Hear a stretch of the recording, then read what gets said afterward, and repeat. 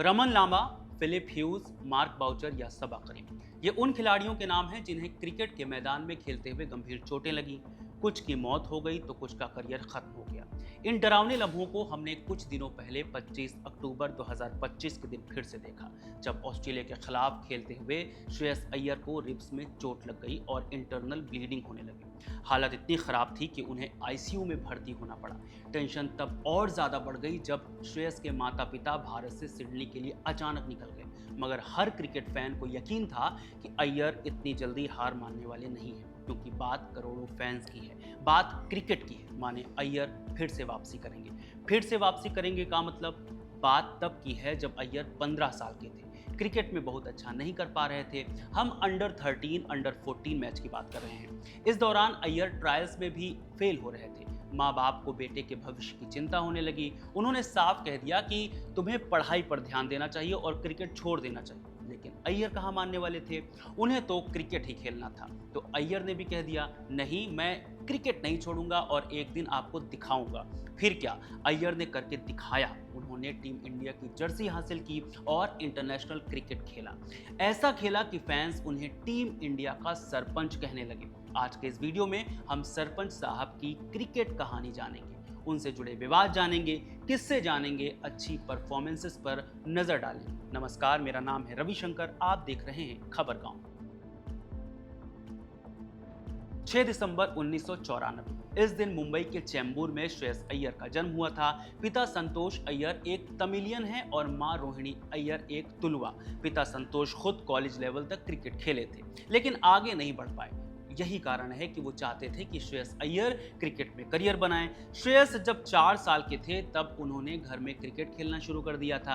हालांकि अय्यर को और भी बहुत से खेल पसंद थे, जैसे बैडमिंटन और फुटबॉल खेलना। इसके अलावा अय्यर को लट्टू नचाने और कंचे खेलने का भी बहुत शौक था। जिस तरह अय्यर क्रिकेट से ज्यादा बाकी खेल खेलने में इंटरेस्ट दिखाते थे, उसी तरह वो क्रिकेट से ज्यादा टूर डे फ्रांस माने साइकिलिंग, फार्मूला 1 और टेनिस देखना पसंद करते थे, जो श्रेयस के पिता को पसंद नहीं था। आखिरकार पिता ने सख्ती की और क्रिकेट के अलावा कुछ और देखने पर रोक लगा दी। तब से अय्यर टीवी पर सिर्फ क्रिकेट देखने लगे। जब सिर्फ क्रिकेट देखने लगे तो खेलने में भी ज्यादा इच्छा जागी। हालांकि मोहल्ले में बड़े बच्चों के बीच उन्हें ज्यादा बैटिंग या बॉलिंग करने का मौका नहीं मिलता था, वो सिर्फ बॉल उठाते थे। मगर स्कूल में उन्हें मौका मिला। स्कूल की ओर से मुंबई के इंडियन जिमखाना में अंडर 12 के लिए खेलने गए और सिर्फ 40 गेंद में 100 रन बना दिए। जब श्रेयस के दोस्त ने ये बात उनके माता पिता से बताई तो उन्हें यकीन नहीं हुआ, मगर जब यकीन हुआ तो उन्होंने तय किया कि अब श्रेयस को अच्छे लेवल पर ट्रेनिंग देनी होगी। इसलिए वो श्रेयस को लेकर शिवाजी पार्क जिमखाना पहुंचे, जहां अय्यर को रिजेक्ट कर दिया गया, जिसके 2 कारण थे। एक तो एकेडमी में सिर्फ 25 खिलाड़ी चुने जाते थे, दूसरा श्रेयस बहुत छोटे थे। इस वक्त श्रेयस की उम्र 12 साल होगी। अय्यर यहां नहीं चुने गए, लेकिन ट्रायल्स देते रहे। आखिरकार उन्हें मुंबई की अंडर 14 टीम में चुन लिया गया। ये वही साल है जब आईपीएल शुरू हुआ था, 2008, जिससे जुड़ा एक किस्सा अय्यर बताते हैं। वानखेड़े स्टेडियम में मुंबई और आरसीबी के बीच मैच खेला जा रहा था। अय्यर को इस मैच में बॉल बॉय बनने का मौका मिला था, माने वो बाउंड्री के पार खड़े होकर गेंद उठाते थे और मैच खत्म होने के बाद जो आतिशबाजियां होती थी उसके कड़ मैदान पर गिरते थे, उसे इकट्ठा करते थे, माने बटोरते थे, साफ करते थे। इस मैच में श्रेयस के फेवरेट प्लेयर रॉस टेलर भी थे, जिनसे मिलने के लिए श्रेयस बार बार भाग रहे थे। एक बार श्रेयस को उनसे हाथ मिलाने का मौका भी मिला।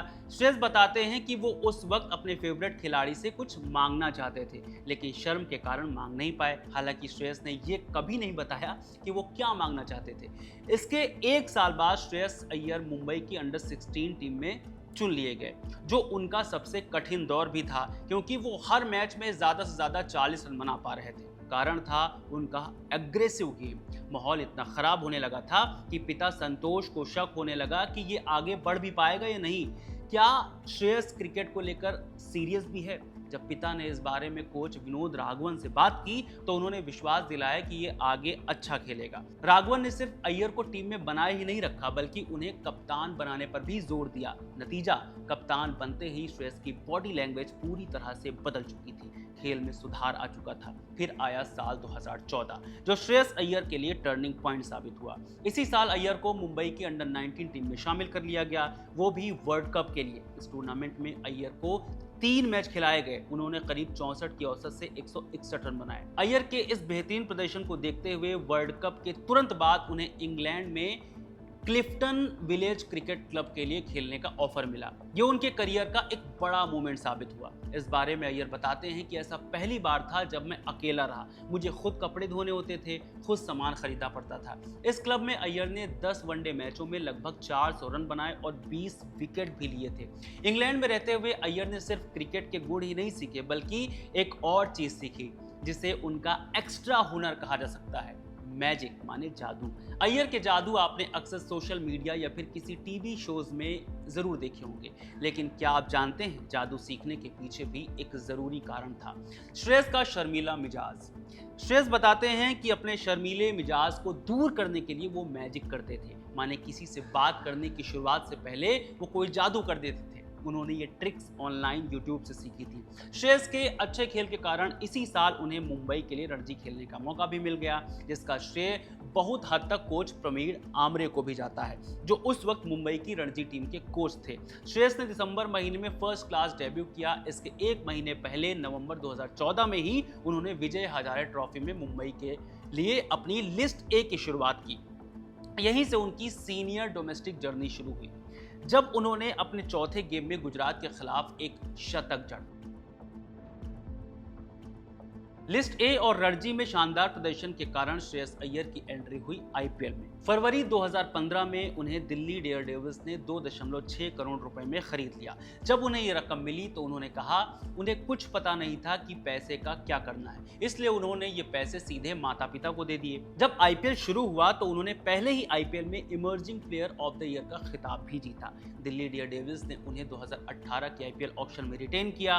25 अप्रैल 2018 को गौतम गंभीर के कप्तान पद से हटने के बाद श्रेयस को दिल्ली डेयरडेविल्स का नया कप्तान बना दिया गया। 23 साल की उम्र में वो आईपीएल इतिहास में टीम की कमान संभालने वाले सबसे कम उम्र के कप्तान बन गए। एज ए कैप्टन श्रेयस ने पहले ही मैच में नाबाद 93 रन बनाए। श्रेयस अय्यर की कप्तानी में ही दिल्ली की टीम पहली बार आईपीएल के फाइनल में पहुंची। अय्यर का बेहतरीन खेल और कैप्टेंसी देखते हुए साल 2022 में कोलकाता ने उन्हें 12.25 करोड़ में खरीद लिया और टीम का कप्तान भी बनाया। साल 2023 का आईपीएल सीजन श्रेयस अय्यर पीठ में चोट के कारण नहीं खेल पाए थे। साल 2024 में उन्होंने वापसी की और केकेआर से ही खेले, लेकिन इसके अगले साल 2025 में श्रेयस की लॉटरी लग गई। उन्हें पंजाब ने 26.75 करोड़ में खरीद लिया और टीम का कप्तान बना दिया। श्रेयस अय्यर ने वो कर दिखाया जो 2011 के बाद से कोई नहीं कर सका था, माने पंजाब को फाइनल्स में पहुंचा दिया। कैसे? 30 मई 2025 गुजरात वर्सेस मुंबई, पंजाब का MYS क्रिकेट स्टेडियम। आईपीएल के 18वें सीजन का एलिमिनेटर मैच, जो हारता उसे बाहर जाना था। 229 रनों का पीछा करने उतरी गुजरात का स्कोर 13वें ओवर के खत्म होने तक 2 विकेट पर 148 रन था। गुजरात की ओर से खेल रहे चेन्नई के 2 लड़कों वाशिंगटन सुंदर और साई सुदर्शन ने कदर काट रखा था। 44 गेंदों पर 84 रनों की साझेदारी हो चुकी थी। 38 गेंदों पर 78 रनों की जरूरत थी। जिस हिसाब से सुंदर सुदर्शन खेल रहे थे, लक्ष्य दूर नहीं लग रहा था। ऐसे में मुंबई ने अपना ब्रह्मास्त्र चला और जसप्रीत बुमराह ने अपना। ये 14वें ओवर की चौथी गेंद थी। बुमराह के हाथों से गेंद छूटी, लेग स्टंप से बाहर शुरू हुई, हवा में अंदर आई, वाशिंगटन की टांगों के बीच से सांप की तरह विकेट में घुस गई। अद्भुत नजारा था। हक्का बक्का वाशिंगटन सुंदर पेट के बल जमीन पर पड़े थे। रवि शास्त्री ने कहा था शायद पुशअप्स कर रहे हैं। रॉबिन उथप्पा ने कहा अगर वे पैर न हटाते तो अंगूठा चला जाता। ये गेम चेंजिंग बॉल थी। ओवरऑल ये मैच मुंबई ने जीत लिया। मैच के बाद जब कप्तान हार्दिक पांड्या से पूछा गया कि ये तय करना मुश्किल होता है कि बुमराह से कौन सा ओवर कराना है, तपाक से पांड्या बोले ये सबसे आसान है। जब लगे कि मैच फंस रहा है, गेंद बुमराह को थमा दो। अब बारी थी अगले मैच की, माने दूसरे क्वालिफायर की। इस बार मुंबई के सामने थी पंजाब। मैच फंस गया था और एक बार फिर से गेंद बुमराह के हाथ में थी। 1,30,000 दर्शकों से खचाखच भरे नरेंद्र मोदी स्टेडियम में 18 बॉलों पर 31 रनों की जरूरत थी, जिसमें 6 बॉल बुमराह के हिस्से में थी। ओवर की दूसरी गेंद बुमराह ने अपने कंधे झटके वही परिचित दौड़ शुरू की। क्रीज के भीतर टारगेट सेट किया और गेंद छोड़ी, जैसे किसी लॉन्चर से मिसाइल छोटी हो। 140 प्लस की स्पीड वाली सटीक यॉर्कर गेंद मिडिल स्टंप से टकराने ही वाली थी कि गजब हो गया। टारगेट से पहले ही मिसाइल तबाह हो चुकी थी। ये निर्णायक शॉट था जिसने वक्त बदल दिया, जज्बात बदल दिया, माहौल बदल दिया। ये जादुई शॉट खेला किसने था? कप्तान श्रेयस अय्यर ने। निर्णायक शॉट जिसने पंजाब को फाइनल्स में पहुंचा दिया था, मगर चर्चा पंजाब के फाइनल्स में पहुंचने से ज्यादा इस शॉट की हुई। क्रिकेट के जादूगर एबी डिविलियर्स ने इसे शॉट ऑफ द आईपीएल कहा। बोले, मैं ऐसा करने की कोशिश करता तो बल्ला तोड़ बैठता। इस मैच और श्रेयस अय्यर की बल्लेबाजी और इस शॉट को देखने के बाद इतना जरूर कह सकते हैं कि ये वो मोमेंट था जिसके लिए 1 जून 2025 की रात करोड़ों क्रिकेट फैंस जाग रहे थे। अपने आईपीएल करियर में अय्यर 133 मैच खेले हैं, 3731 रन बनाए हैं 27 अर्धशतकों की मदद से। आईपीएल के 2 सीजन खेलने के बाद साल 2017 में श्रेयस अय्यर ने इंटरनेशनल क्रिकेट में डेब्यू किया, न्यूजीलैंड के खिलाफ टी20 में। साल 2022 में श्रेयस अय्यर ने टी20 का एक अनोखा रिकॉर्ड बनाया। श्रीलंका के खिलाफ द्विपक्षीय टी20 सीरीज में श्रेयस ने 3 लगातार नाबाद अर्धशतकों के साथ 204 रन बनाए, जिससे उन्होंने विराट कोहली का रिकॉर्ड तोड़ दिया 3 मैच की सीरीज में सबसे ज्यादा रन बनाने का। साल 2017 के दिसंबर में ही श्रेयस ने श्रीलंका के खिलाफ वनडे में डेब्यू किया। यहां अय्यर को नंबर 4 पर बल्लेबाजी करने की टफ पोजीशन मिली, जिसे विश्व क्रिकेट में सबसे मुश्किल स्थानों में से एक माना जाता है।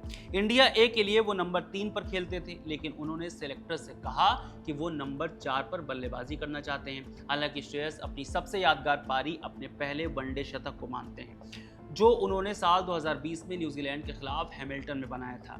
उन्हें याद है कि खेल से एक दिन पहले उन्होंने ड्रेसिंग रूम में उन खिलाड़ियों के नाम देखे थे जिन्होंने उस मैदान पर शतक बनाया था, और उन्होंने कल्पना की थी कि उनका नाम भी वहां हो। साल 2021 में अय्यर ने टेस्ट में डेब्यू किया और रिकॉर्ड बना दिया। श्रेयस अय्यर ने पहली पारी में शतक और दूसरी पारी में अर्धशतक बनाया। वो ऐसा करने वाले पहले भारतीय खिलाड़ी बन गए। मौजूदा वक्त में श्रेयस के रिकॉर्ड्स की बात करें तो 14 टेस्ट मैच खेले हैं, 811 रन बनाए हैं करीब 37 की एवरेज से, 73 वनडे मैच खेले हैं, 2917 रन बनाए हैं करीब 48 की एवरेज से, 51 टी20 मैच खेले हैं, 1104 रन बनाए हैं 136 की स्ट्राइक रेट से।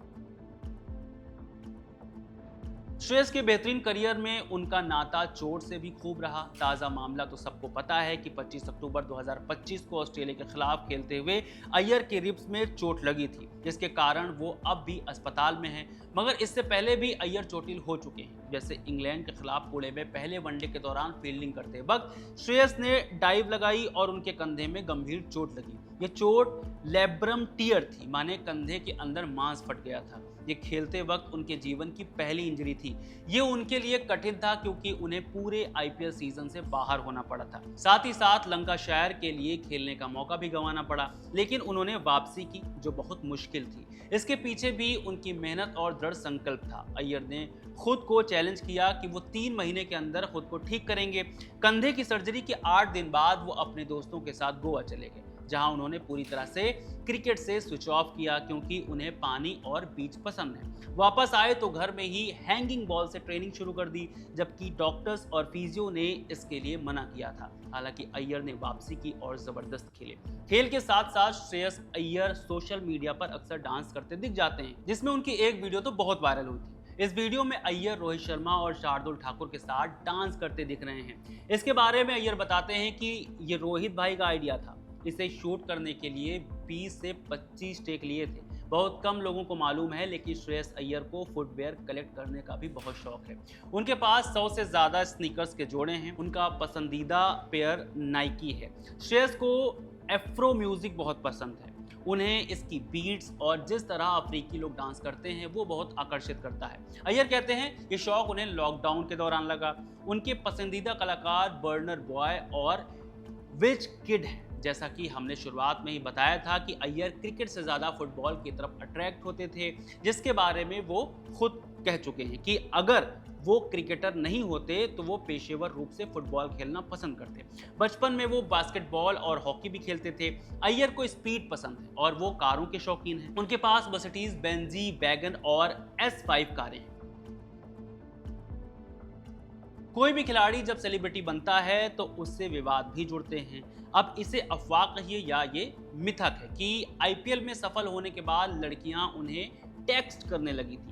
श्रेयस ने इस बात को लेकर कहा कि यह सच नहीं है। हालांकि श्रेयस ने यह जरूर बताया कि जिस लड़की से वो पहले बात करते थे उसने आईपीएल ऑक्शन के बाद दोबारा मैसेज करना शुरू कर दिया था।